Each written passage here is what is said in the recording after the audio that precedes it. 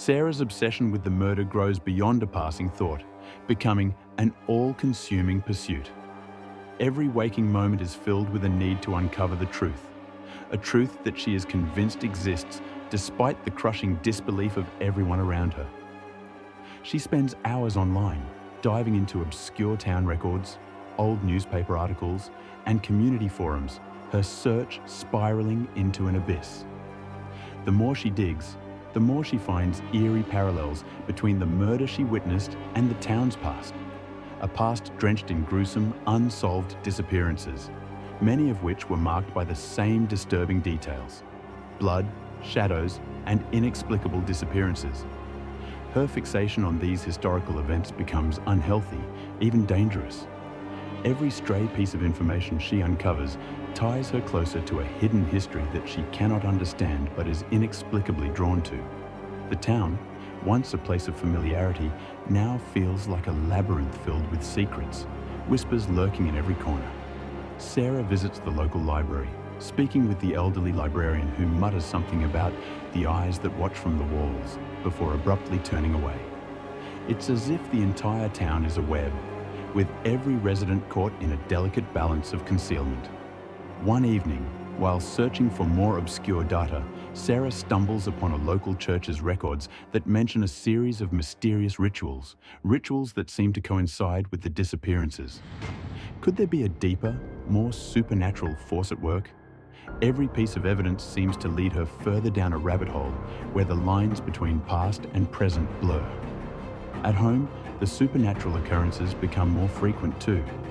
The whispers from the walls intensify into voices, clear and articulate now, whispering her name, then the names of people she thought long gone. Shadows no longer remain in her peripheral vision, but move across her floor as if alive. The lights flicker violently, and there are moments when she finds herself in a trance-like state, staring into the dark corner of the room for hours, trying to make sense of it all. Her growing paranoia leads to her isolating herself further. Friends, once a comfort, now seem like strangers. Whenever Sarah reaches out to anyone, she's met with strange expressions: pity, avoidance, and distant words that don't reach her heart. The town feels increasingly alien. A simple trip to the market to buy groceries turns into a disorienting event. She recognizes the faces of people but cannot remember their names, and they avoid her as if they know something she doesn't. Then come the messages. At first, they are just strange emails, cryptic, impossible to trace, messages that speak to the heart of her fears. "You know what you did? I remember everything." It's Emily's voice, unmistakably. But Emily is dead, or so Sarah believes. These messages seem to carry a weight far more potent than the usual ghostly manifestation. The words draw out the most painful, buried memories of Sarah's past, forcing her to confront a part of herself she'd long since abandoned, her tumultuous childhood and the unsettling relationship she had with Emily. As Sarah plunges deeper into these chilling messages, the line between what is real and what is imagined begins to fade. The past she thought she had left behind haunts her now, and every interaction with someone she once trusted feels like a lie.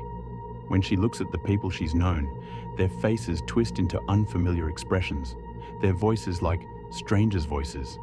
They no longer recognize her for who she is, but treat her like a paranoid, lost soul. And Tom's strange, almost knowing look lingers in her mind.